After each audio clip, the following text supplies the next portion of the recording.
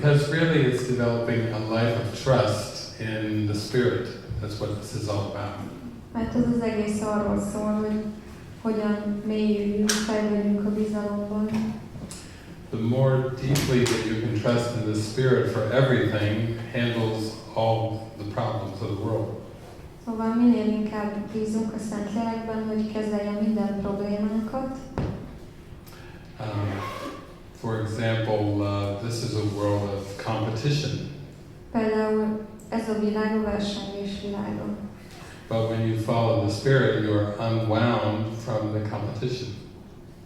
De amikor a Szent Lelket követed, akkor segít, hogy így kitekercselődj a versengésből. Because you're meant to be teaching peace. Mert az a feladatod, hogy a békét tanítsd. And everything that you need to do your function will be provided. És minden, amire szükséged van, hogy betöltsd a feladatod, megadatik. That's been my experience of doing all this travel for 22 years. Ez volt az én megtapasztalásom is, ahogy utaztam a világban az elmúlt 25 évben. Everything I needed to do my function was given to me. Minden, amire szükségem volt, hogy betöltsem a feladatom, megadatott. So it's very different from the world of the ego and its survival. Szóval ez nagyon más, nagyon különbözik az ego világától, ami a túlélésről szól. Because survival can become very stressful. Mert ez a túlélés nagyon stresszes tud lenni. And very tiring. Nagyon fárasztó. And we're all entitled to a life of ease of the Spirit. Mert mindünknek jogunk van arra, hogy érezzük azt a könnyedséget, ami akkor van, hogyha a Szentlélekkel együtt vagyunk, döntünk. So, for like with Francis and I, we both had lots of education in the world. Például Francis és én is rengeteg tanuláson mentünk át. And Francis shares how her support was, she was married, she owned her own company, had a house, the things that symbols of comfort in this world. Például Francisnek a támogatás a saját vállalkozását, a férjét jelentette. And also the symbols of safety and security. És ezek a biztonság és a comfort, kényelem, köszönöm. Tehát ezek a kényelem és biztonság szimbólumai voltak számára. Yeah. But now she has none of those symbols anymore. De most már nincsenek jelen az életében ezek a szimbólumok. And I would say you feel more safe and secure than ever before. És mégis jobban biztonságban érzed magad, mint bármikor előtte. Yeah, what I found is a universal desire to be truly happy and content. Azt fedeztem föl, hogy mindannyiunkban ott ez az univerzális vágy arra, hogy boldogok és megelégedettek legyünk. And it seems like this world is a searching land. És olyan, mint hogyha ez a világ egy ilyen kereső világ lenne. Everybody is searching for that. Mindenki ezt keresi. It's just where it's looking that's different.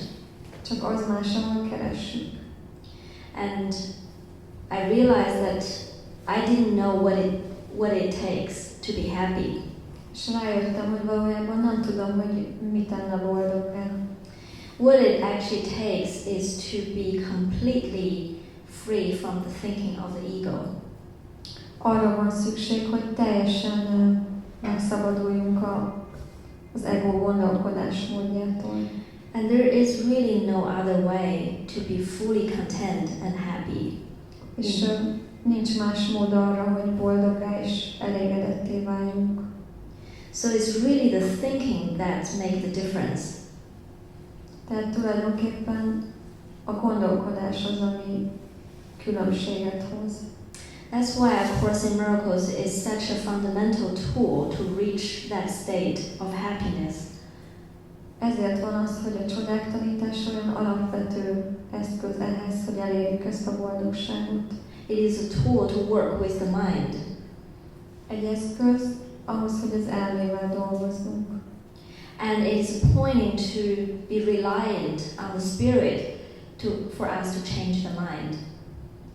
És arra mutat, hogy a Szentlélekkel együtt dolgozzunk erre a bizalomra. Yeah, I have someone asked me just the other day. Épp a minap valaki azt kérdezte tőlem, He said, do you think A Course in Miracles is actually a curse in miracles? gondolod, hogy a csodák tanítása, ez most egy ilyen szóvic angolban, hogy curse in miracles. Szóval a csodák átka. The curse. Yeah. And I said, at one point when I thought I had to make a lot of compromises, I had to make a lot of sacrifices. I thought that. Bizonyos pontig azt hittem, hogy nagyon sok áldozatot kell hoznom. But now I don't think like that anymore. De most már nem ezt gondolom. It's like when Jesus pointed to an oasis in the desert. It's like when Jesus pointed out there is an oasis in the desert. Ja, szóval, mint hogyha Jézus arra mutatna, hogy a sivatagban ott egy oázis. I see the desert has no value anymore.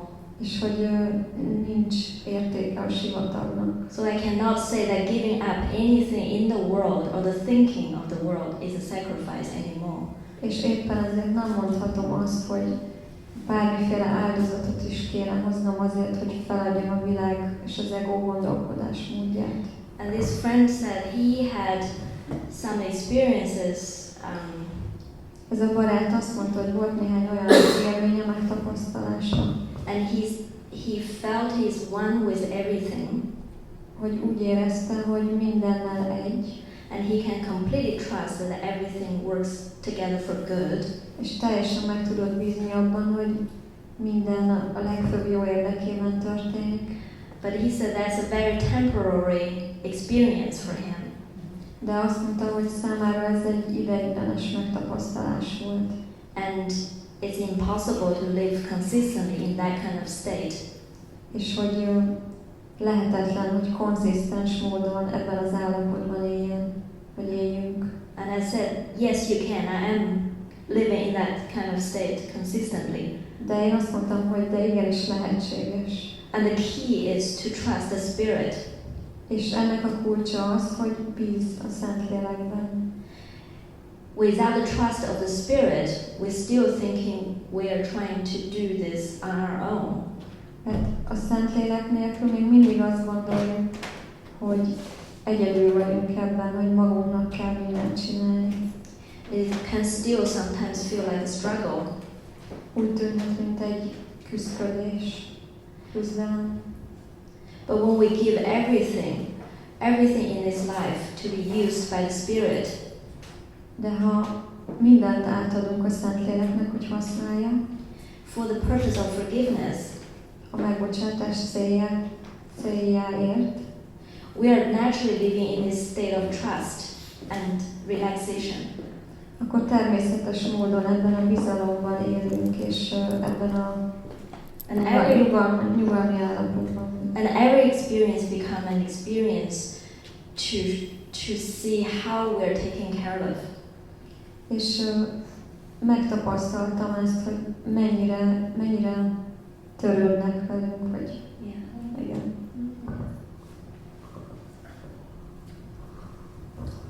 Yes, everything that seems to happen to us is part of the plan of our awakening. Mert minden, ami történik velünk, az a felébredésünk része, a terv része. And it's only the ego belief that tells us that we've been a victim of the world. Csak az egós hitrendszer alapján, tehát az ego mondja azt nekünk, hogy áldozatok vagyunk. A victim of another person or of an action. A világ áldozata, egy cselekmény áldozata, egy másik személy áldozata. A victim of our culture or our society. A kultúra, a társadalom áldozata, or a victim of historical circumstances. vagy történelmi körülmények áldozata. But this is just like a filter in the mind that's showing us witnesses to what we believe. De ez csak az elmében lévő szűrő, ami azt mutatja nekünk, hogy miben hiszünk. Some of the most painful human emotions are abandonment or rejection. A legfájdalmasabb emberi érzések közé tartoznak az elhagyatottság érzése, az elutasítás érzése, vagy elutasítottság érzése. But they come from this belief that there's something outside of us that can harm us. De ezek abból a hiedelemből fakadnak, hogy van valami rajtunk kívül, ami bánthat bennünket. So one of the ideas in the workbook that comes from Jesus És a munkafüzetben az egyik eszme, ami Jézustól jön, is I can be hurt by nothing but my thoughts. az pedig az, hogy csak is a gondolataim okozhatnak nekem fájdalmat. And we can change those thoughts. És megváltoztathatjuk ezeket a gondolatokat. It takes willingness and determination. Hajlandóságra és elhatározottságra van szükség, It takes practice. gyakorlásra, But we also call upon lots of support to do this. de rengeteg támogatás is érkezik az életünkben, hogy segítsen nekünk ebben. So just to believe that we could be unfairly treated. Tehát például maga az a hiedelem is, hogy tisztességtelenül bánhatnak velünk. We see that this is another ego trick. Láthatjuk, hogy valójában ez is csak egy újabb egós trükk. It's just a temptation Csak egy kísértés, to believe that we can be weak. hogy azt higgyük, hogy gyengék lehetünk, vagy hogy lehetséges az, hogy gyengék vagyunk. To not acknowledge the power of our own mind Hogy ne ismerjük el az elménk erejét, and our thoughts. és a gondolataink erejét. So the ego says instead of one mind, there are many minds. Szóval az ego azt mondja, hogy egy elme helyett rengeteg elme van, And instead of just one thought from God, there are many thoughts of the ego. és azt is mondja, hogy Isten egy gondolata helyett az ego rengeteg gondolata az, ami létezik. And then the ego's world, there is a hierarchy of illusions. És az ego gondolkodásmódjában létezik az illúzióknak a hierarchiája. So if we believe in the ego, some things are more important than other things. És ez azt jelenti, hogy az ego szerint bizonyos dolgok fontosabbak, mint más dolgok. And these are judgments. És ezek ítéletek. And they keep the mind trapped and imprisoned. És ezek csapdában és börtönben tartják az elmét. But when we accept our function to be happy, De amikor elfogadjuk a feladatunkat, hogy boldoggá váljunk, we are taken in a whole new direction. akkor egészen új irányt kapunk, egészen új irányba visz bennünket a Szentlélek. And we never look back. És soha többé nem nézünk vissza. There's no need to fix people or fix something in the world. Nincs többé szükségünk arra, hogy rendbe hozzunk más embereket, vagy a dolgokat a világban. With every miracle, we see the world from a new perspective. Mert minden csodával a világot egy új nézőpontból látjuk. And then it gets easier to have more miracles in our life. És aztán egyre könnyebbé válik az is, hogy a csodák az életünk részévé váljanak. That is why Jesus gave us a Course in Miracles. Ezért kaptuk Jézustól a csodák tanítását. He is training our mind how to be a miracle worker. Jézus arra tréningezi az elménket, hogy hogyan váljunk csodatévőkké. And we may resist and say, who, me? Are you sure you want me to be a miracle worker? És lehet, hogy ellenállunk, és megkérdezzük, hogy micsoda én. Biztos vagy benne, hogy azt akarod, hogy én legyek csodatérő. But so many miraculous things come through that you are convinced that this is what's happening. De annyi csodás dolog történik, hogy aztán meggyőz róla a Szentlélek, hogy ez történik, igen. And your life seems to get easier as you go along with this. És az életed egyre könnyedebbé válik. It may seem to get more difficult to the ego, but that's because it's afraid of the love. Az ego számára talán ez nem így tűnik, talán nehéznek tűnik, de ez azért van, mert az ego fél a szeretettől. So we thought we would open it up to your questions again, just in terms of practical things. Szóval most akkor azt gondoltuk, hogy akkor újra kérdezhettek, és gyakorlatias vagy bármilyen kérdés.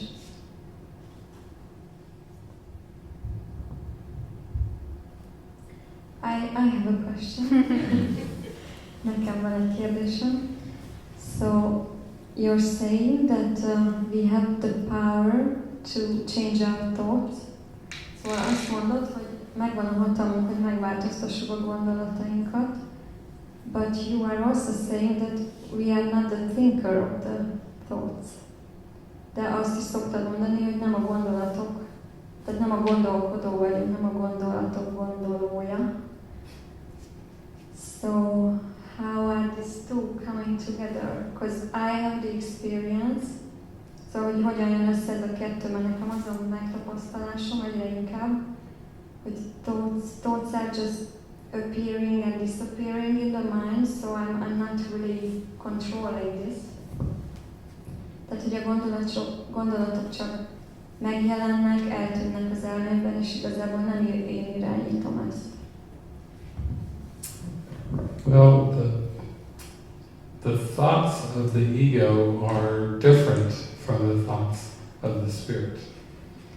Az ego gondolatai különböznek a Szentlélektől kapott gondolatoktól. Most all thoughts that people are aware of are ego thoughts. Általában azok a gondolatok, amiknek az emberek tudatában vannak, azok az egós gondolatok. But underneath these ego thoughts are real thoughts. De ezek alatt a gondolatok alatt ott vannak a valós gondolatok. And these are the thoughts that we think with God. És ezek a gondolatok azok, amiket Istennel együtt gondolunk. So when I say you can change your thoughts, És amikor azt mondom, hogy megváltoztathatod a gondolataid, or change your mind, megváltoztathatod az elméd, it means you can train your mind to think only with God. az alatt azt értem, hogy megváltoztathatod az elméd, hogy csak Istennel együtt gondolkodj.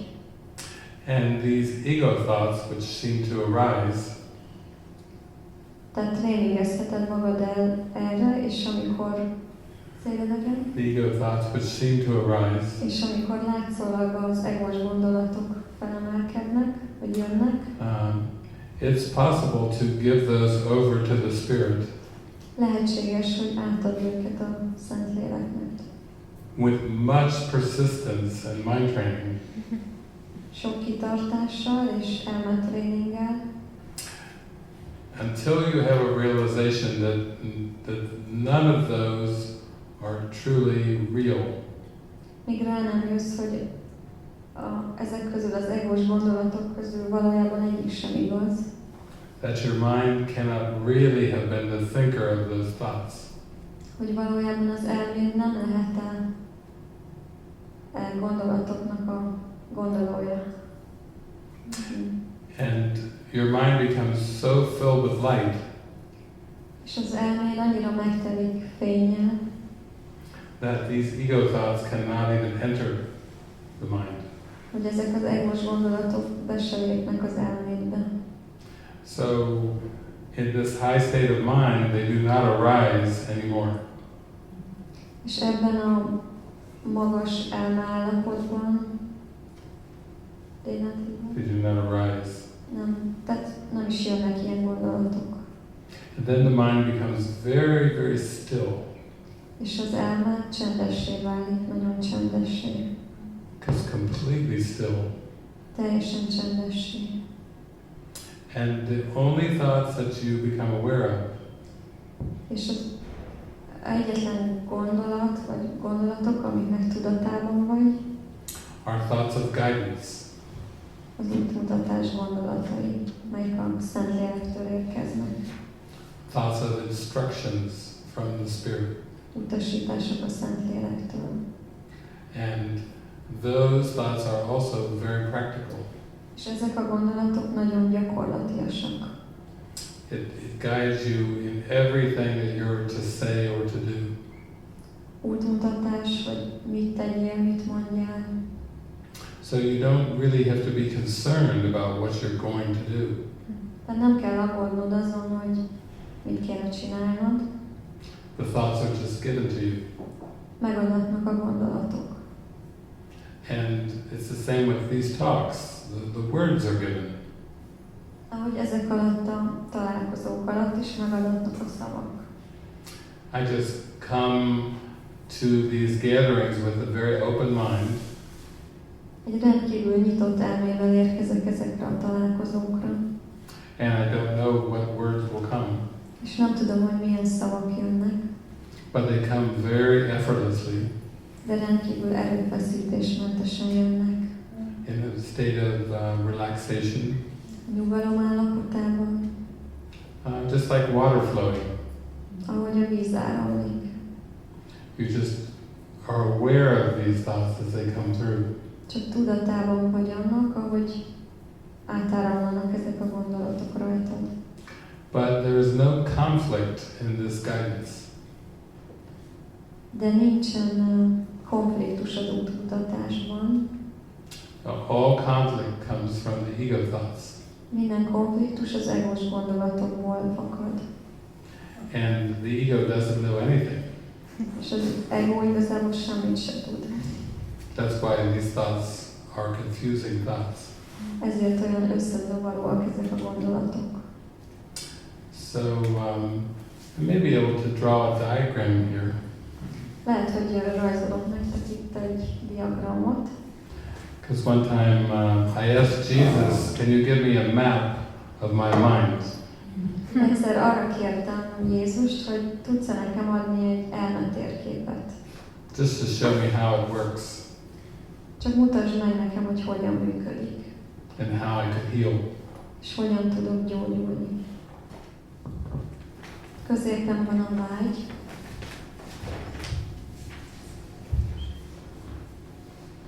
Aztán a hiedelem, a hitrendszer, majd a gondolatok, az érzések, érzelmek, és aztán az érzékelés.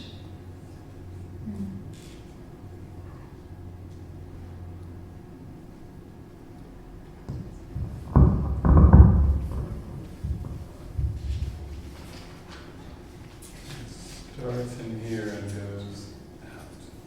És a vágynál kezdődik, és onnan indul kifelé. And the middle is the desire or the prayer. Középen van a vágy, vagy más néven az ima, a szívimája. Yeah. This is where the prayer starts. Így kezdődik az ima.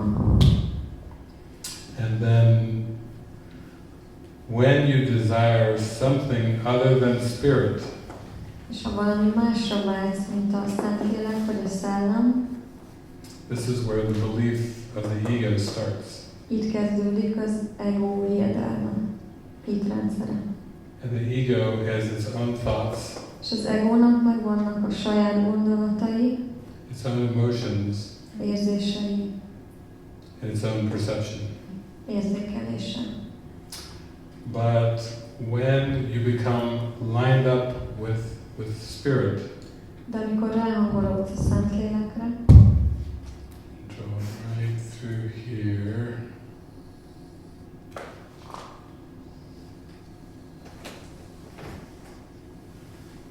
This alignment is a miracle. Ez a ráhangolódás a csoda.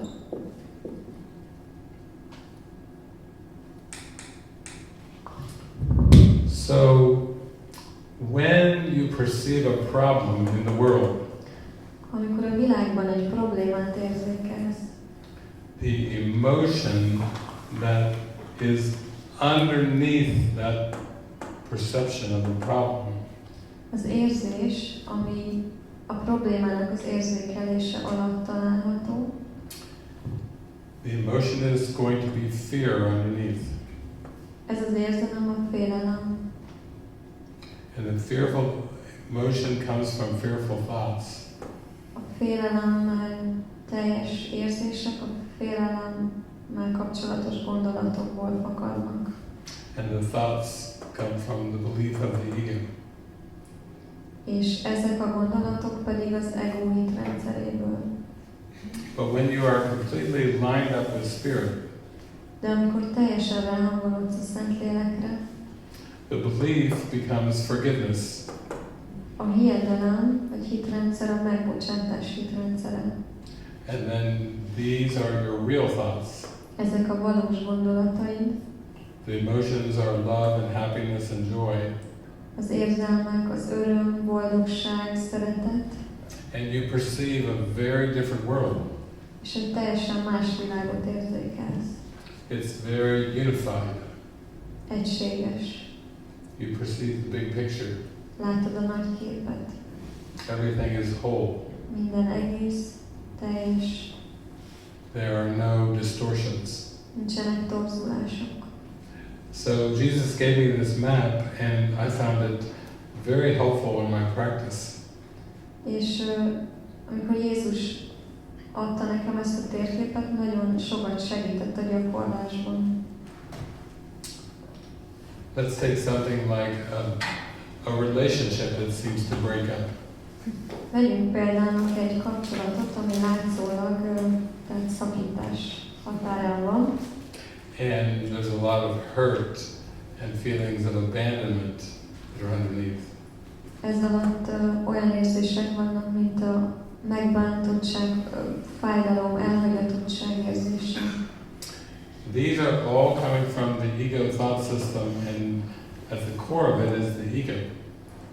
Ezek mind az ego gondolatrendszeréből fakadnak, és ennek magjában az ego van.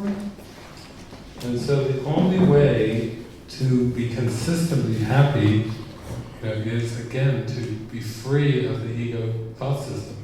Tehát az egyetlen módja annak, hogy boldoggá váljunk, az, hogy megszabaduljunk az ego gondolkodás módjától. Now, earlier we mentioned the Bible, Korábban említettük a Bibliát, and the ego is the same as Satan in the Bible. és a Bibliában az ego a sátán. And when we talk about hell, És amikor a pokolról beszélünk, hell is just a state of mind. a pokol csak egy elmeállapot. It's not a place that you go. Nem egy hely, ahova mész vagy kerülsz, It's just that when your mind is in fear and guilt, pain, that is hell. csak amikor az elméd a bűntudatban, fájdalomban van, akkor az maga a pokol. So, with lots of practice, you can see heaven is a choice and hell is a choice. Tehát sok gyakorlással felismered, hogy a mennyország egy választás, és a pokol is egy választás. And we always focus on the correction. És mi mindig a helyreigazításra fókuszálunk. We never focus on the error. Nem a hibára, sose a hibára. Because if you focus on the error, you still feel guilty. Mert ha a hibára fókuszálsz, akkor még mindig bűntudatod van. So as Francis was sharing, it is possible to be consistently in your mind. Tehát ahogy Francis említette, lehetséges az, hogy konzisztens módon helyes elmélyülségben létezik. It's possible to consistently choose peace. Lehetséges konzisztens módon a békét választani. But it just takes practice. De gyakorlásra van szükség. Jesus tells us an untrained mind can accomplish nothing. Jézus azt mondja, hogy egy képzetlen elme semmit sem érhet el. So the most important thing we can do is allow our mind to be trained. Tehát a legfontosabb dolog az, amit tehetünk, hogy megengedjük, hogy az elménk tréningeződjön, vagy hogy tréningezzük az elménket. And that is the whole purpose of our life. És ez az életünk célja. That's why we do everything that we do. Ezért csinálunk mindent, amit csinálunk. It's just for that one purpose. Ezért az egyetlen célért. And if we give the gift away, we keep it in our awareness. És hogyha ezt az ajándékot továbbadjuk, azzal megtartjuk azt tudatosságunkban. As we teach these ideas, we remember these ideas. Ahogy ezeket az eszméket tanítjuk, emlékszünk ezekre az eszmékre. It's our practice. Ez a gyakorlásunk. It's very joyful just to have one job like this. It's very simple. Nagyon örömteli, hogy ez a munkánk.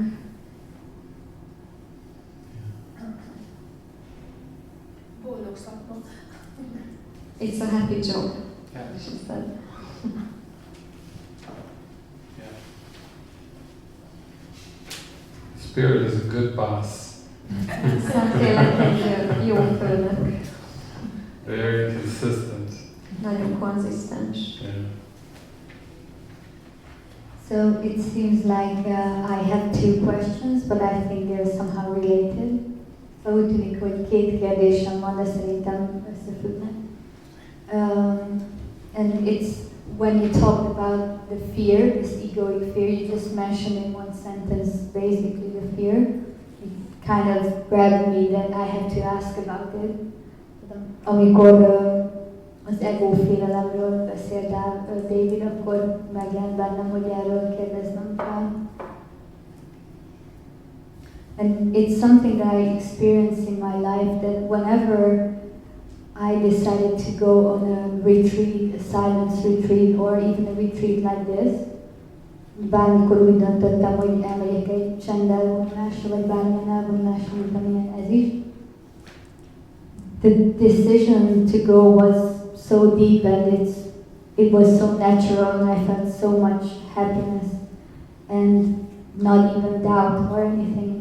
Tehát a döntés az annyira egyszerű volt, tiszta, mély, és nem éreztem kétséget ezzel kapcsolatban.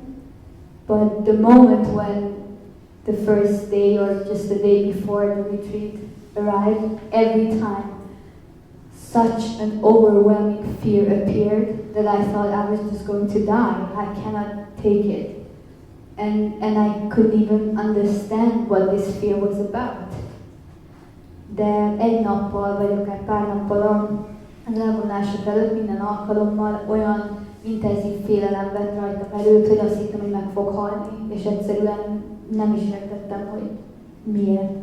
And of course lots of thoughts appeared about the fear, like this is because, but I always saw that it couldn't actually grab the fear itself. So I just didn't understand, and I re-experienced it. It's like it switches on whenever there's something like this happening, it just switches on, and I was just wondering if this would be my first question. I was just wondering, like, what is this? Tehát, hogy egyszerűen csak bekapcsol ez a félelem, és ha bár megjelennek gondolatok arról, hogy ez miről szól, meg mihez kapcsolódik, de igazából még láttam, hogy ez nem az, ez valami van megfoghatatlan, és igazából ez az első kérdésem, hogy mi ez? I don't know if it's understandable in any way. Nem tudom, hogy érthető ez. Yeah, we'll speak to it. It's just like if you had a meditation practice. Pont mikor van egy meditációs gyakorlatod, and you're able to sink very, very deep into meditation. és képes vagy arra, hogy nagyon mélyre süllyedj ebben a meditációban. Sometimes this very surprising fear will come up. Néha egy nagyon meglepő félelem jön fel, And it will seem to come from nowhere. és úgy tűnik, hogy így a semmiből jön. But this is getting in touch with the darkness of the unconscious mind. De valójában ilyenkor az történik, hogy kapcsolatba kerülsz a tudattalamban lévő félelemmel. This fear that's buried very deep in the mind Ez a félelem nagyon mélyen van eltemetve az elmében. is why the personality self was made. Ezért készült a személyiség. The personal identity was made as a cover over a much deeper fear. A személyes identitás azért készült, hogy elfedje ezt a félelmet. And that's why mystics and saints often encounter this fear when they go much deeper. És ezért van az, hogy a szentek és misztikusok is kapcsolatba kerülnek ezzel a félelemmel. It would be as if you could go deep down inside a volcano Olyan, mint hogyha egy vulkán mélyére hatolnál, and the further inside you go, you found molten lava. és minél mélyebbre hatolsz, annál inkább ott a láva. That could burn everything away. Ilyen olvadó láva, ami mindent eléget. And so this is what makes it very surprising, because the fear is not about anything in the world. Ez teszi nagyon meglepővé, mert ez a félelem, ez nem a világ dolgaival kapcsolatos. It's a fear of loss of the personality self. Hanem ennek a személyes énnek az elvesztésétől való félelem. So it's important when the fear comes up that you still follow what your heart is telling you to do. Ezért nagyon fontos, amikor jön ez a félelem, akkor kövess tovább, amerre a szíved mutat. Recently we were sharing at some gatherings Mostanában beszéltünk erről ilyen találkozókon, that when Frances started to follow her heart very deeply, hogy amikor Francis elkezdte követni a szívét ilyen nagyon mély módon, she went through a divorce, válláson ment keresztül, she closed her business, befejezte, abba hagyta a vállalkozását, she sold her house, eladta a házát, she let go of all obligations and duties that she had in the world. Minden kötelezettséget, felelősséget maga mögött hagyott, ami a világhoz kötötte. To follow her pathway with the Course in Miracles very deeply. Hogy kövesse ezt az utat a csodák tanításával. And then her ex-husband brought a priest 3 different times to her. És az ex-férje 3 különböző alkalommal egy papot vitt hozzá, to tell her she had lost her way, hogy a pap aztán azt mondja neki, hogy elvesztette az útját, that she was following the devil, hogy az ördögöt követi, and that the Course in Miracles was not the way. hogy a csodák tanítása nem az út. And so she had to face 3 different priests 3 különböző pappal kellett is szembenéznie, that said she had lost her way. akik azt mondták neki, hogy elvesztette az útját. But with the 3rd priest, De a 3. pap, she was so certain of the Spirit Francis annyira bizonyos volt a Szentlélekben, that the harder the priest tried to convince her, the more Minél keményebben próbálta szóval a pap minél keményebben próbálta meggyőzni Francis-t. finally she could not stop from laughing. Francis nem tudta abba hagyni a nevetést. She just burst into laughter. Nevetésben tört ki. And she thought, oh, he's adorable. Ó, olyan aranyos, azt gondolta. And then the priest could not stop from laughing. És aztán a pap se bírta abba hagyni a nevetést. And they both got caught up in the love. Mert aztán mindketten a szeretetben egyesültek. But you can share, it was so important that you had to face it.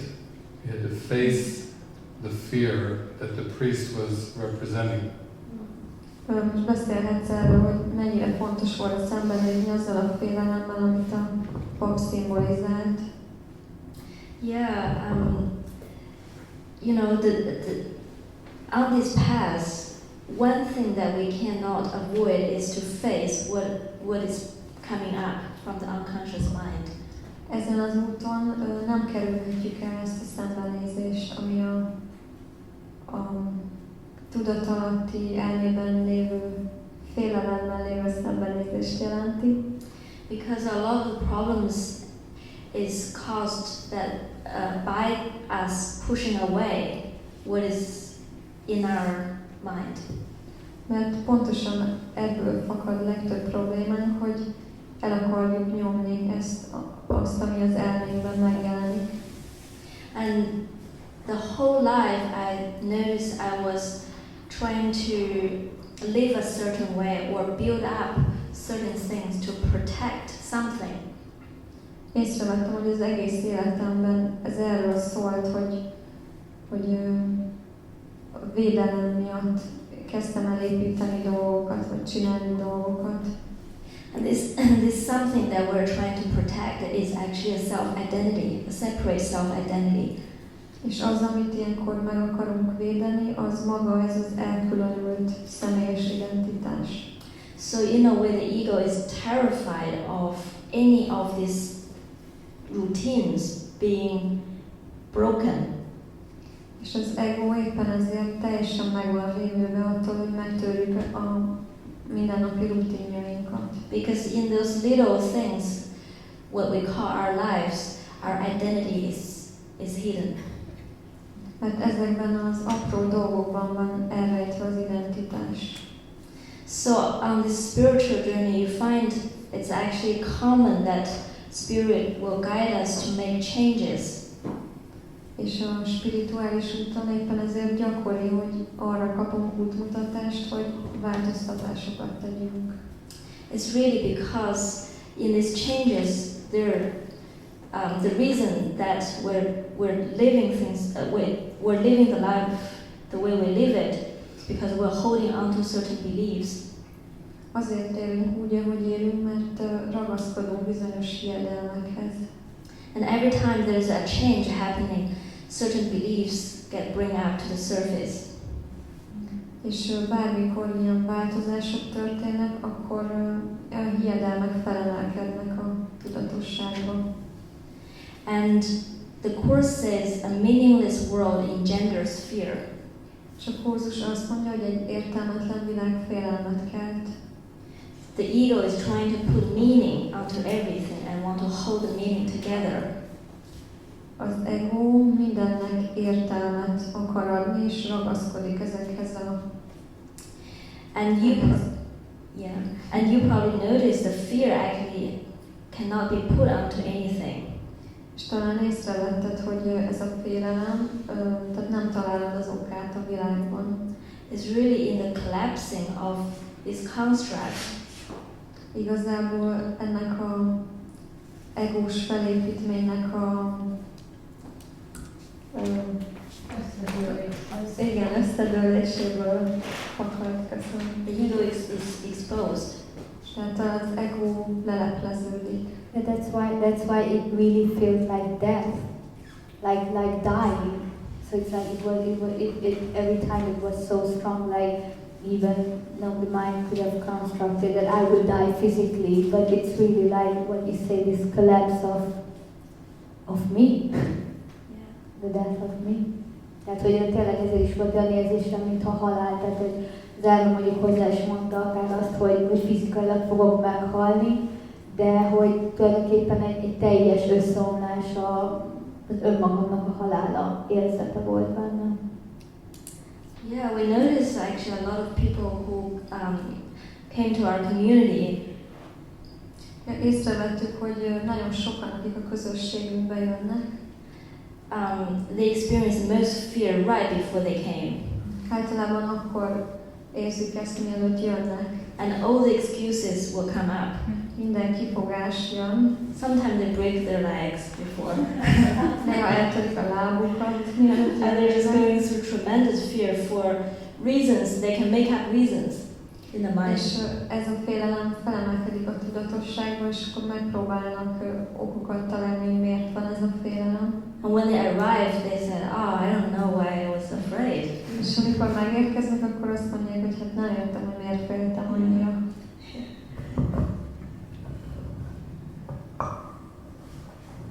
So that's a good question that you're raising because the world tries to make up reasons for everything.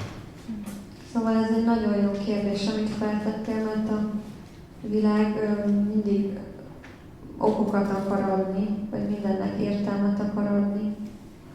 And if your purpose is to just follow the Spirit completely, És az egyetlen célod az, hogy kövesd a Szent Lelket, you will have to have reflections and support in that journey. akkor ezen az utazáson támogatást kapsz, és ezt tükrözi a világ is. A friend of mine felt he had a problem with his heart. Egy barátom például azt hitte, hogy problémája van a szívével, So he went to a doctor to get an opinion, és elment egy orvoshoz, hogy véleményt mondjon neki, vagy adjon neki, and then he went for a second opinion. és aztán elment egy másik orvoshoz is, He was told something different. aki más mondott neki. Then he went to a third doctor and was told a third opinion. Aztán egy harmadikhoz, aki megint egy másik dolgot mondott neki. And he called me and he said, "What is happening? Why don't these doctors agree on what's wrong with my heart?" És akkor felhívott engem, hogy mi történik, nem értem, hogy miért mond mindegyik orvos mást arról, hogy mi történik a szívemmel. But the whole medical profession is based on the belief that there are physical causes for everything. De az egész orvosi szakma azon alapul, azon a feltételezésen, hogy a fizikai világban vannak okok, amik okozhatják ezt. But in the Course of Miracles, Jesus teaches us that all illness is mental illness. De a csodák tanításában Jézus azt tanítja nekünk, hogy minden betegség mentális betegség, az elmében van. So that's why it's much more important to go deep inside your mind for the answers. Ezért olyan fontos, hogy sokkal mélyebbre menj az elmében a válaszokért. Because if you look for answers in the world, you may hear many different answers. Mert ha a világban keresed a válaszokat, akkor általában különböző válaszokat kapsz. It is most important to follow your heart. Az a legfontosabb, hogy a szíved kövesd. So when you have a strong feeling to go to a retreat or to go somewhere, you have to trust the voice inside or the feeling inside your heart. Szóval amikor úgy érzed, hogy a szíved azt mondja neked, hogy egy elvonulásra menjél, akkor bíznod kell a belső hangban. And really that's the ones that have come to live with us in community. They keep following their heart over and over and over. És azok, akik a közösségünkben vannak, újra meg újra ezt teszik, követik a szívüket. And we enjoy traveling and meeting with people because it's to strengthen that following of your heart. Say that again, I'm just trying to... Yeah, but even when we travel, our purpose is to strengthen following the heart. Akkor ezt erősíti bennünk, hogy kövessük a szívünket. Yeah, I'm just trying to have strange experiences. Maybe Anna, Yeah. take over a little bit. Do you want me to? Yeah. I try my best. Oh, you'll do wonderful. Kicsit hagyjuk Szandit pihenni, lesselgetni. Yes, we take a Azt microphone. mondod, két kérdés. Azt mondod, hogy két kérdés. Ez is jó volt. Nekem lenne két kérdésem. I will have two questions. Az egyik az, hogy honnan tudom, hogy a szívem hív. Hogyan tudom megkülönböztetni ezt a szívem hívását a gondolattól? So how do I know that this is what I feel is my heart's calling? How can I discern that whether it's my heart's calling or my ego's calling? This would be the first question. Yeah, that's a very deep question. That's a devotion to, I call discernment. Ez egy nagyon mély kérdés, ezt úgy nevezem, hogy a megkülönböztető képesség iránt való elkötelezettségről szól. Because the ego is very clever Mert az ego az nagyon okos, and it will pretend to be the spirit. és sokszor úgy tesz, mintha ő lenne a szellem. But the most simple, direct way to know De a legegyszerűbb módja, hogy tudd a választ, is how do you feel. az az, hogy hogyan érzed magad ezzel kapcsolatban. The ego has invented many pleasureful emotions, many feelings that seem to feel good. Az ego feltalált rengeteg olyan élvezetes érzést, olyan érzelmi állapotot, ami úgy tűnik, hogy kellemes számunkra. But they are just ego gratification. De ez igazából az egónak az önmaga jutalmazásáról szóló érzések. So if you feel good because of something that happened in the world, Tehát, hogyha amiatt érzed jól magad, van olyan dolog miatt, ami a világban történt kint, or even something that happened to the body, vagy valami olyasmi dolog, ami a testtel történt meg, that can still be a trick. ez még mindig lehet egy trükk, egy félrevezetés. But when you feel a deep sense of peace and joy, De amikor egy mély békét és örömet érzel valamivel kapcsolatban, but you can't think of any reason why you feel so happy, de igazából nem is tudnád megmondani, hogy miért is érzed ezt a boldogságot, that is the spirit. ez a Szentlélek, a lélek. So I say it's happy for no reason. Én azt mondanám, hogy az ok nélküli boldogságban rejlik a kulcs. And you do get better at this as you go along. És ahogy ezzel haladsz, egyre könnyebben fogod tudni megkülönböztetni. Because this world is made up of so many temporary pleasures. Mert ez a világ annyi ilyen könnyen múló és gyorsan tovatűrő élvezetből áll igazából. Where you feel good just for a short period of time. Tehát olyan élvezetekből, ahol csak egy rövid idő tart, ami egy pillanatig érzed igazán jól magad. And then the fear or the guilt comes back. És aztán a félelem és a bűntudat hamar visszatér. So that's why we really have to give ourselves to the Spirit to train us. Ezért van szükség arra, hogy teljesen átadjuk magunkat a Szentléleknek, hogy ezáltal tudjunk gyakorolni, és hogy gyakoroltasson minket.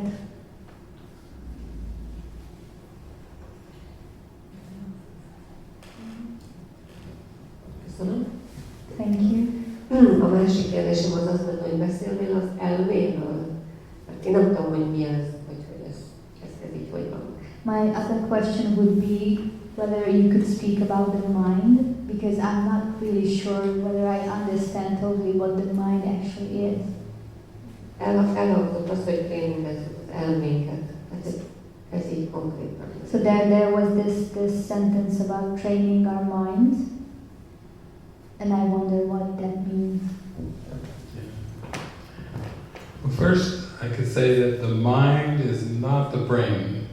Az első dolog, amit leszögeznék, az az, hogy az elme, az nem az agy. The mind is, you might say, the seat of consciousness. Mondhatnánk azt, hogy az elme az a tudatnak a székhelye. So when the mind is completely free, it is it is one with the mind of God. Amikor az elme teljesen szabad, akkor egy Isten elméjével. But when the mind believes in the ego, then a whole group of distortions come and arise. De amikor az elme elhiszi az egót, akkor elkezdenek mindenféle torzulások megjelenni. So, in the end, we need to change our mind about our mind.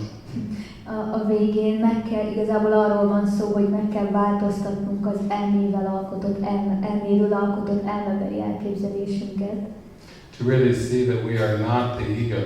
Hogy ezen keresztül tényleg meglássuk azt, hogy nem vagyunk azonosak az egóval.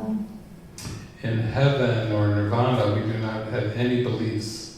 A mennyországban vagy a nirvánában nincsenek egyáltalán hitrendszerek. But just that one tiny ego belief makes up the whole world. De egyetlen egy ego azonosulás, egy ego hitrendszer felépíti az egész világot. And the ego is the belief that you can create yourself. És az ego pedig az a hitrendszer, nem más, mint annak a gondolata, hogy létre tudod hozni saját magadat. But forgiveness is the experience that God is the creator. De a megbocsájtás pedig pont annak a tapasztalása, hogy Isten a teremtő. So in this world we have books and we have authors of books. Tehát ebben a világban vannak könyveink, és vannak szerzői ezeknek a könyveknek. And the question is, who is my author? És a mi kérdésünk pedig az, hogy ki szerzett engem. Is God my author or am I my author? Isten az én szerzőm, úgymond, vagy én vagyok a saját szerzőm. And the ego is the belief that I am my own author. És az ego pedig az a gondolat, hogy én alkottam meg saját magamat. And that I can make myself any way that I want to be. És aztán majd olyanná alakíthatom magamat, amilyennek csak szeretném. And that is ultimately what reincarnation is about, keep trying to be something different than spirit. Tulajdonképpen a reinkarnáció is erről szól, hogy minden alkalommal újra és újra valami mássá akarunk válni, mint a szellemi, ami az eredeti állapotunk. And the ego keeps trying to come up with a self that will be good enough, but it can't find one.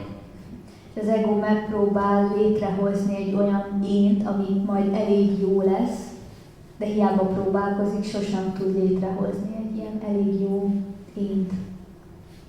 So in the end we end up saying, show me. Tehát a végén egyszerűen eljutunk odáig, hogy képesek vagyunk azt mondani, hogy kérlek, mutasd meg. We pray, reveal the truth to me. Imádkozunk és kérjük a Szent Lelket, hogy mutassa meg nekünk, hogy mi az igazság. What is my real identity? Mi a valódi azonossága, mi a valódi énem. And the miracles show us. És a csodák megmutatják nekünk azt. I said before that Frances divorced her husband, left her job, left her career, her business and her house. Korábban említettem, hogy Frances elvált a férjétől, eladta a házát, ott hagyta, felhagyott a munkájával. And that was just the beginning. És ez még csak a kezdet volt. Then it got really interesting after that. Aztán még érdekesebbé vált a dolog. Because she had to trust the spirit. Meg bíznia kellett a lélekben. She let go of her symbols of the world. El kellett engednie a világgal kapcsolatos szimbólumrendszerét. And you got to do all the things that you wanted to do before. És akkor képessé vált arra, hogy elkezdje azokat a dolgokat csinálni, amelyeket korábban szeretett volna. For example, she wanted to travel the world. Például szerette volna körbeutazni a világot. And she thought, that's going to take a lot of money. És arra gondolt, hogy hát ez rengeteg pénzbe fog kerülni. So we have to have career, savings, investments. Tehát ugye ehhez mind arra van szükség, hogy legyen egy karriered, legyen félretett pénzed, legyenek befektetései. Now she still travels the world, but she has no career, savings, or investments.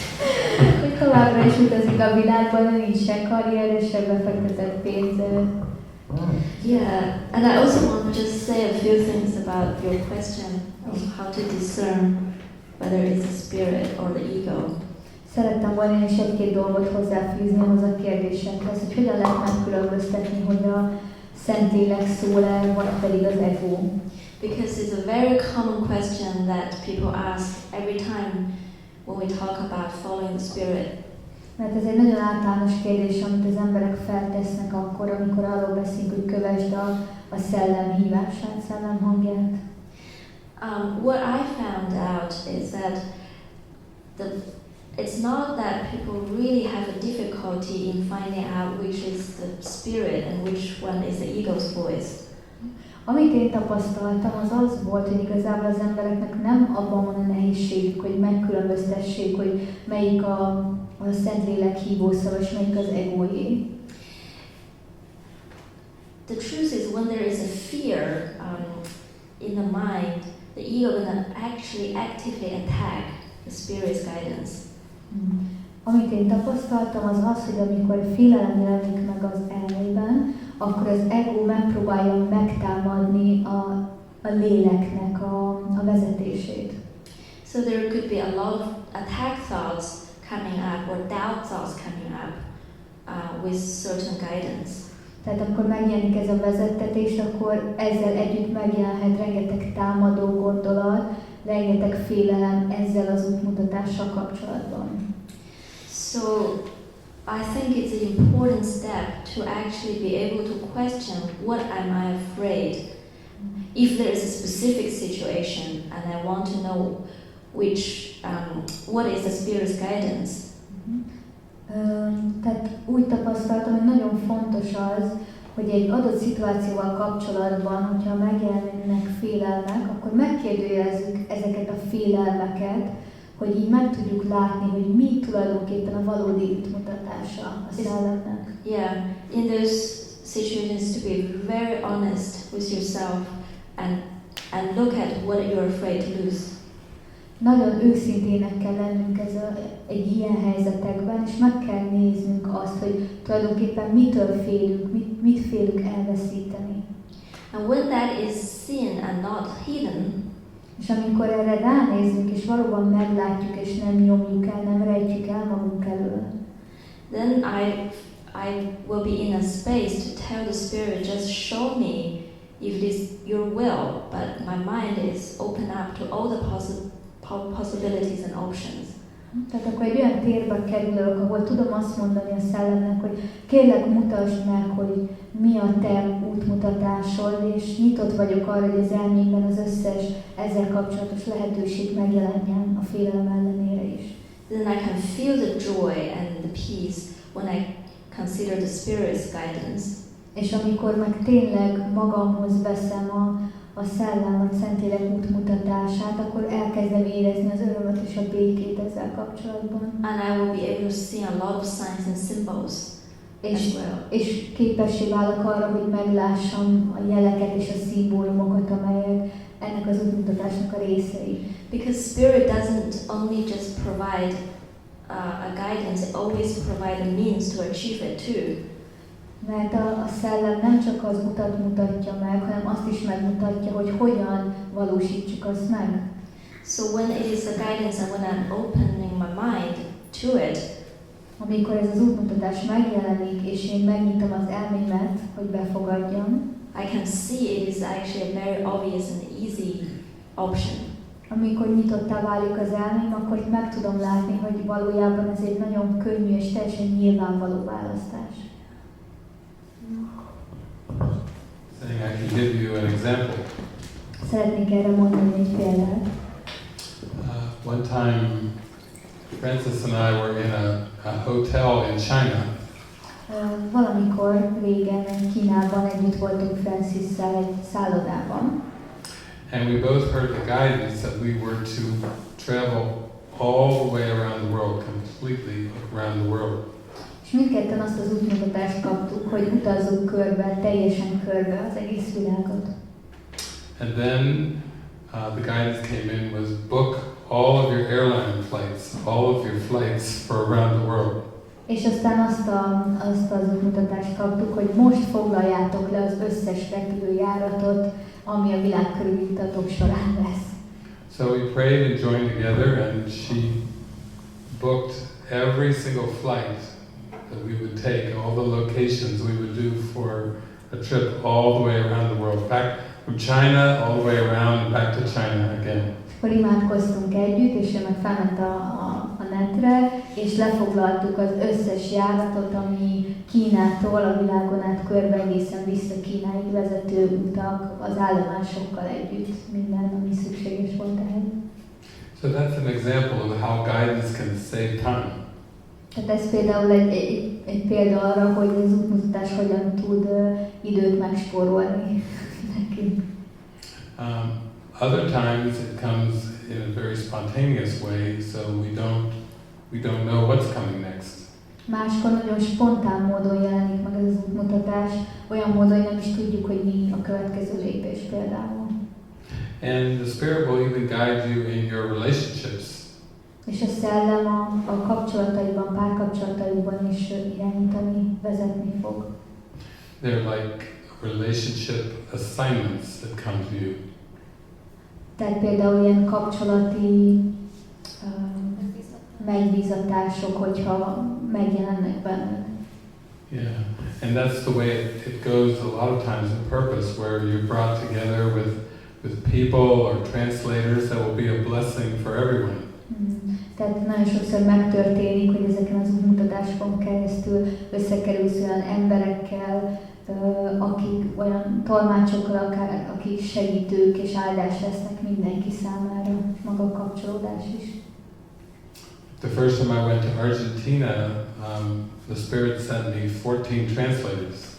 Amikor először elmentem Argentinába, akkor a szellem 14 tolmácsot küldött nekem. And when the 14 translators would get stuck on words, the people from the audience would call the translations out. És amikor a 14 tolmács közül mindegyik leakadt egy-egy szón, akkor valaki a közönségből jelentkezett, hogy ő tud segíteni. Yeah.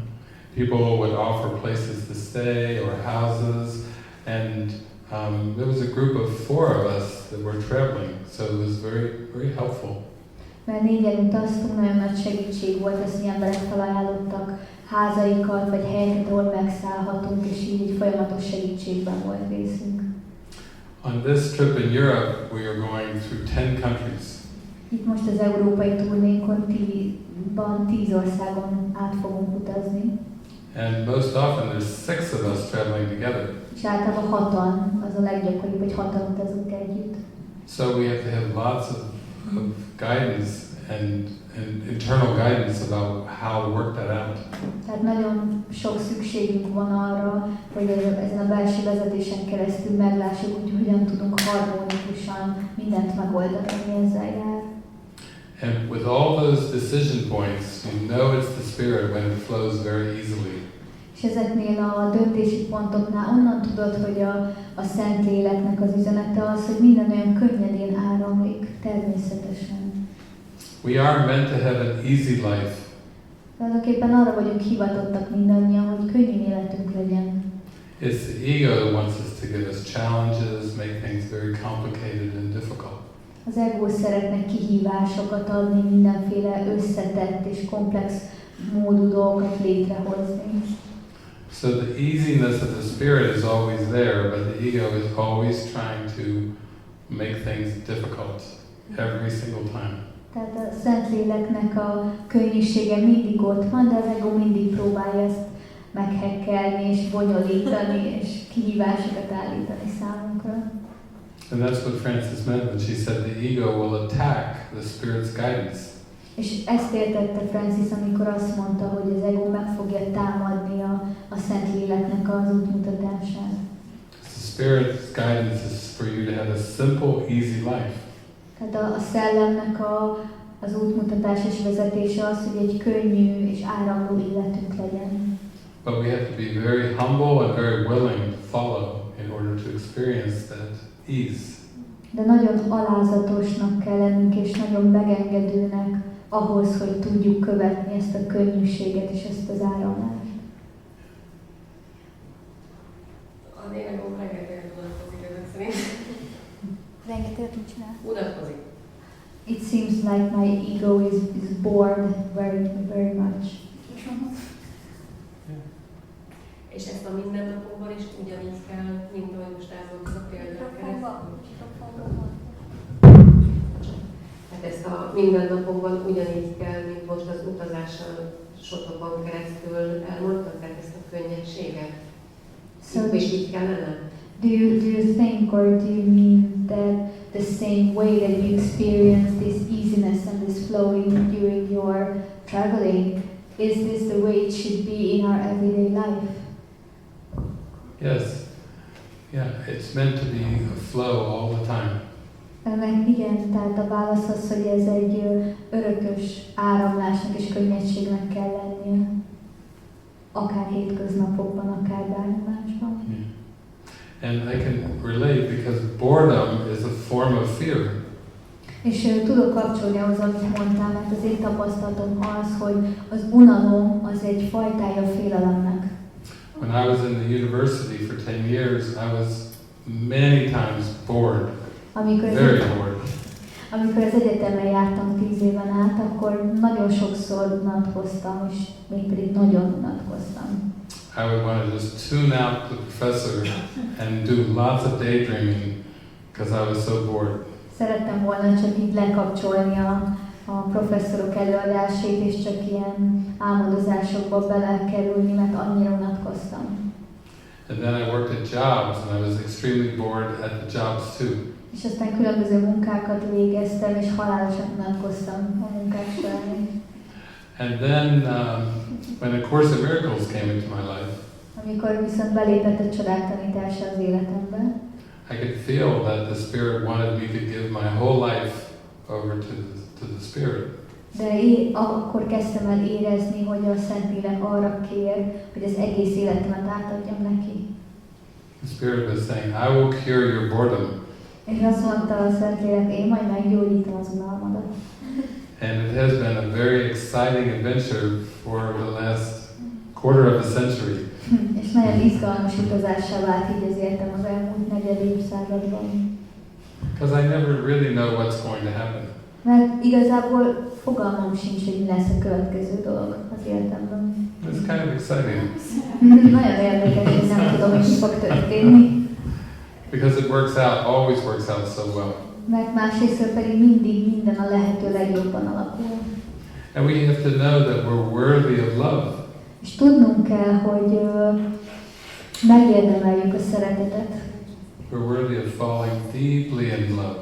Megérdemeljük azt, hogy nagyon-nagyon mélyen belezuhanjunk a szeretetbe. Because that's really our true identity. Mert igazából ez a valódi énünk, identitásunk. Yeah. Gyönyörű. Ezt én nagyon köszönöm, mert nekem az elmúlt 9 hónapban nagyon sokszor hallottam azt körülöttem az emberektől, hogy céltalan az életem. Ők mondták nekem erre. I'm so thankful for what you were saying, because the past 9 months I heard so many times from different people that your life has no meaning, your life has no aim, purpose.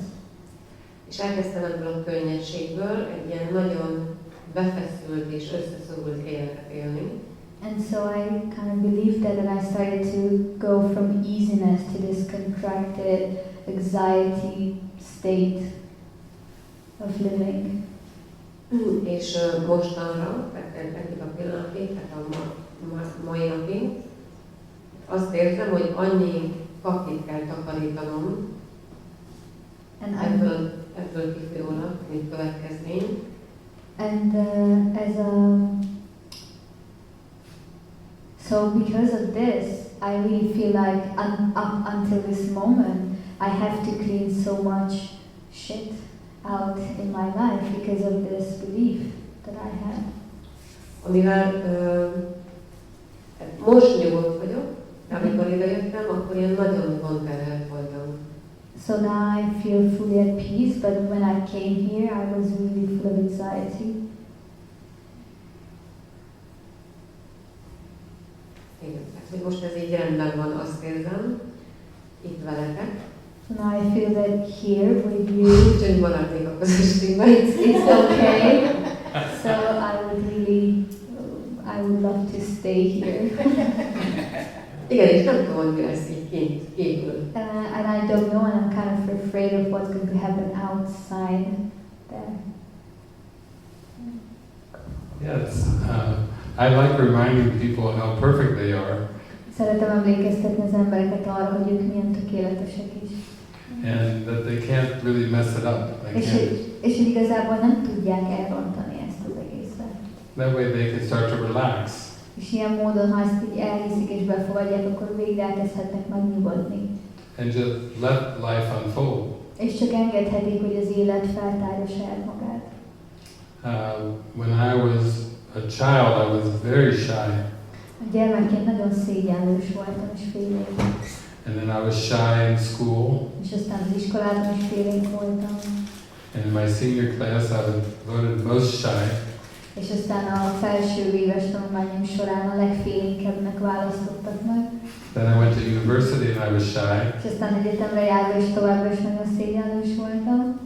I was so shy that I didn't go out on my first dates until I was 27 years old. Annyira félénk voltam, hogy 27 éves koromban voltam először randin. And then soon after I went out on my first date, A Course in Miracles came to me. És nem sokkal azután, hogy elmentem életem első randiára, megjelent a családtanítása életemben. And Jesus said, I'll show you how much healing will come from relationships now. És Jézus azt mondta, hogy most megmutatom neked, hogy a kapcsolataidon keresztül mennyi gyógyulásban fogsz részesülni. He said, thank you for saving yourself for me. Azt mondta, hogy köszönöm, hogy eddig tartogattad magad számomra. A virgin for Christ. Egy szűz Krisztusban. Yeah. And then he had many instructions És akkor utána nagyon sok útmutatást kaptam. that I was to, he instructed me how to pay off my debts. Megmutatta, hogy hogyan tudom az adósságaimat kifizetni. Because I had student loan debts from being in university for 10 years. Mert annyi ilyen diákkölcsönt halmoztam fel a 10 éves egyetemi tanulmányaim során. And once Jesus cleared those away, he said, now you're mine completely. És amikor Krisztus a diákkölcsönöket és adósságot ezt így megoldotta nekem, akkor azt mondta, hogy most már az enyém vagy. And he said, let's teach people that they're innocent, És azt mondta nekem, hogy tanítsuk meg az embereket arra, hogy ártatlanok.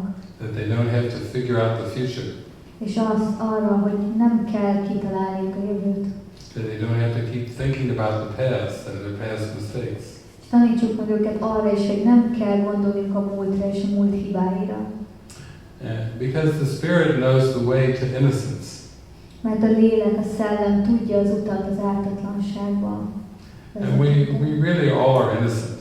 És valójában tényleg igaz az, hogy ártatlanok vagyunk. But when we believe in linear time, De amikor hiszünk a lineáris időben, we put so much belief in the body akkor annyira sok hitrendszer fog kialakulni a test körül. and then we judge the body. És aztán megítéljük, ítélkezünk a test felett. It's almost like constantly judging the body, Tulajdonképpen folyamatosan ítélkezünk a testünk felett. judging our actions, judging our behaviors, Ítélkezünk a cselekedeteink felett, ítélkezünk a viselkedésmódunk felett. trying to live up to standards and expectations. Megpróbálunk elvárásoknak és feltételeknek megfelelni. And it's just a lot of guilt. És rengeteg bűntudat kezd el kapcsolódni ezekhez a dolgokhoz. To the angels are always laughing. Az angyalok ezen mindig nevetnek. They think human beings are so funny, Azt gondolják, az emberek annyira viccesek. taking everything so seriously. Mindent annyira komolyan vesznek. And to the angels, really nothing is serious. És az angyalok számára igazából semmi sem túl komoly. Many times people pray to the angels for protection, Nagyon sokszor imádkoznak az emberek az angyalokhoz védelemért. but you have to be afraid before you pray for protection. De először félned kell ahhoz, hogy védelemért folyamodjál. And the angels think fear is very funny És az angyalok azt gondolják, hogy a félelem az nagyon vicces. because it's so unnecessary. Mert annyira szükségtelen.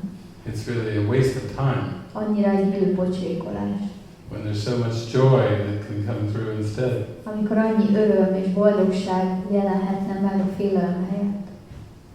So That is the joke. If you want to make God laugh, tell God your future plans. Ez a vicc, hogyha szeretnéd megnevettetni Istent, akkor mondd el neki a jövőbeli terveidet. And if you want to laugh along, let go of your future plans. És hogyha te is szeretnél Istennel nevetni, akkor engedd el a jövőbeli terveidet. And just trust that you'll be guided. You'll feel what's inspiring in your life. És csak bízzál abban, hogy megkapod a vezettetést, és hogy érezni fogod, hogy mi az inspiráció az életedben, és merre mutat. When people come to our community, they have so many talents and so many skills. Amikor az emberek eljönnek a közösségünkbe, akkor mindig kiderül, hogy annyira sok képességük van, annyira sok tudásuk. We have an amazing number of artists and musicians that come. Rengeteg művész és zenész jön a közösségünkbe. And when they learn to relax, then they start to receive beautiful lyrics and amazing songs from the Spirit. És amikor elkezdenek már nyugodni magukban, akkor gyönyörű dalszövegeket és zenéket kezdenek kapni a Szentlélektől. Just yesterday in my hotel, I received an email of a brand new album that was coming. Csak pont tegnap, amikor szállodámban voltam, akkor kaptam egy e-mailt egy újonnan megjelenő albumról. It was from a group in our community, a band called the Open Heart. Egy olyan csapatnak az albuma, akik a mi közösségünk része, az a neve a formációnak, hogy nyitott szív. And this is just one band. We have multiple bands and singers in our community. De ez csak egy zenei banda, és több ilyen társaság, zenésztársaság van a közösségükben. And they were just sharing all this inspired music with everyone in our community around the world. És szerte a világon, a közösségeinkben, hogy mindenhol megosztják ezeket az inspiráló zenéket. We probably have examples even. Lehet, hogy vannak is belőle. If we had more time, tomorrow night. Holnap este, ha lesz időnk, akkor Yeah. fogunk hallgatni belőle. Yeah, we'll get into some music and some movies as well. Bele fogunk lépni zenékbe és filmekbe. Yeah. Tonight was a beautiful night for these heart-to-heart talks and questions and answers. Ma este gyönyörű volt, és egy gyönyörű lehetőség arra, hogy ezekben a szívtől szívig beszélgetésekben, kérdésekben, válaszokban így elmerüljünk. And you all got to meet Jason. És mindannyian tudtatok Jasonnel találkozni. He loves to use the movies and movie clips to teach. Jason nagyon szereti a filmeket és a videóklipeket használni a tanítása során. And you all get to meet Kirsten as well. És majd találkoztok Kirstennel is. Yeah. So every day this week, I think tonight, tomorrow, then there's Friday, Saturday, Sunday. Tehát minden nap fogunk találkozni, holnap este, holnap után este, szombat egész nap és vasárnap délelőtt is. There'll be discussions like this and maybe experiential exercises. Lesznek ilyen kérdésfelelek, időszakok, mint most, aztán lesznek ilyen gyakorlatok. We'll watch movies or parts of movies with Hungarian subtitles. Fogunk nézni filmrészleteket magyar felirattal. And we'll have the Spirit give commentary, because there's so much to experience in movies if you know what you're looking for. És aztán majd meg fogjuk figyelni, és engedjük a Szentléleknek a kommentjét ezekhez a filmrészletekhez, mert annyira sok mindent tud feltárulni a filmben számunkra, hogyha tényleg odafigyelünk rá, és meghalljuk, megérezzük az üzenetet. You know, when you watch movies and all the emotions come up so strong. Mindannyian tapasztaljuk, hogy amikor nézzük a filmeket, akkor nagyon intenzíven megjelennek az érzelmeink. It's helping you get in touch with this unconscious darkness and bringing it up to the light. És segítenek abban, hogy kapcsolatba lépjünk ezzel a tudattalan sötétséggel, félelemmel, és segítsük felhozni a fényben mindazt, ami ott van. And then next spring, I'll come back to Europe again. A group of us will be coming back to Europe. És jövő tavasszal a csapatnak egy része vissza fog térni Európába. Sandy put Hungarian subtitles onto the YouTubes. És Sandy rakott magyar feliratot a YouTube videókhoz. The same thing is happening in Russia, in Italy, Germany. Ugyanezt történik Oroszországban, Németországban, Olaszországban. So I have an invitation to Moscow next year, next summer. Jövő nyáron Moszkvába fogok utazni. So the teachings are just starting to spread around the world. Tehát a tanítás most kezd el szétterjedni a világon. That we are truly innocent. És annak a tanítása, hogy mindannyian valóban ártatlanok vagyunk. And if we practice, we can have a very easy flowing life. És hogyha gyakorlunk, akkor valóban az életünk nagyon könnyed és áramlóvá tud válni. And if somebody accuses you that your life has no meaning, you can laugh. Just have a good laugh. És hogyha valaki megvádol azzal, hogy az életednek semmi értelme nincsen, akkor csak nevethetsz egy nagyot. Because the purpose of life is to be happy. Mert az élet egyetlen célja az, hogy boldogok legyünk. It's not to achieve things in this world. És ez nem arról szól, hogy elérjük dolgokat ebben a világban. It's not to accumulate possessions. Nem arról szól, hogy felhalmoznunk mindenféle földi javakat. It's not even about loving one certain person and being indifferent with the rest of the 7 billion. És arról sem szól, hogy csak egy konkrét embert szeressünk, és a maradék 7 milliárddal kapcsolatban. It's not really, love in our heart for everyone. Ez arról szól, hogy érezzük a szeretetet a szívben mindenki iránt. Yeah. So thank you for coming tonight. Köszönöm, hogy eljöttetek ma este. A very enjoyable evening. Nagyon élvezetes este volt.